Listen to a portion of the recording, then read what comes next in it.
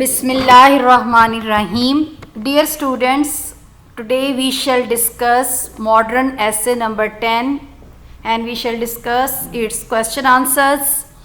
In the lecture number 10A, I shared a brief summary and introduction of the modern essay number 10, that is the jewel of the world.